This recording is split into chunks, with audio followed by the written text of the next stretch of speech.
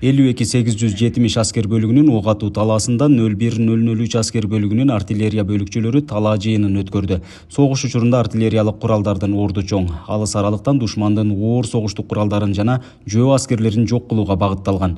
Бул машыгуу жоокерлердин ушул сыяктуу практикалык көндүмдөрүн өздөштүрүүгө мааниси чоң. Түштүк батыш оперативдүү командачылыгынын аскер бөлүктөрүнүн артиллериялык бөлүкчөлөрүнүн артиллериялык жыйыны өткөрүлүп атат. Биз ошо аскер бөлүктөрдө теориялык алган билимдерибизди ушул талаа чыгууда практика жүзүндө бекитип атабыз. Өздүк курам азыркы учурда толук кандуу ушул куралдар менен колдонуу куралдардан атуу боюнча практикалык билим алууда.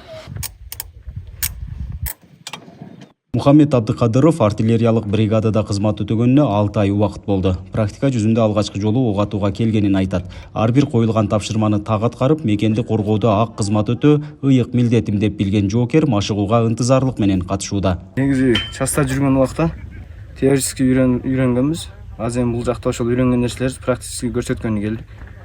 Бул жерде ошо практически көрсөтүп, иш жүзүндө аткарып көрсөтөбүз. Кандай болуп атат негизи учение? Пайдасы барбы силерге? Так точно. Баарын үйрөнүп алабыз, атканды, снаряддарды көтөргөндү баарын үйрөнүп алабыз. Биздин негизги максатыбыз бул жерде душмандын брондолгон жана жөө аскерлер тобун жок кылуу. Жапырт ок атуусу менен душмандын мийизи кайтарылсын. Жарайт. Коргоо министрлигинин артиллерия күчтөрү ар дайым күжүрмөн даярдыкта турат дейт 01003 аскер бөлүгүнүн артиллерия башчысы Анарбек Божураев. Акыркы жылдары кыргыз армиясы жаңы аскер техникалар менен толукталып, душмандын жайгашкан жерин аныктоодо жеңил болуп калганын айтат. Бүгүнкү машыгууда да артиллериялык бөлүкчөлөр бирдиктүү кызмат алып барышкандыгын билдирди. Негизи мен артиллерия башчысы катары айтып кетермин. Артиллериялык күчтөрдүн даярдыгы бүгүн өтө жакшы.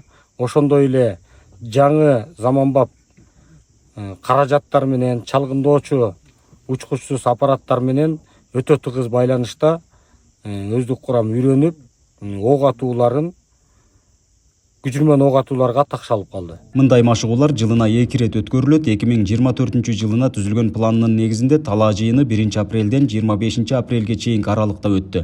Машыгуунун жыйынтыгында коюлган бардык күчүрмөн тапшырмалар толугу менен аткарылып, катышуучулары жалпы аскердик согуш жүргүзүү боюнча практикалык көндүмдөрүн өркүндөтүштү. Нургазы Жайнаков, Регион телеканалы, Баткен облусу.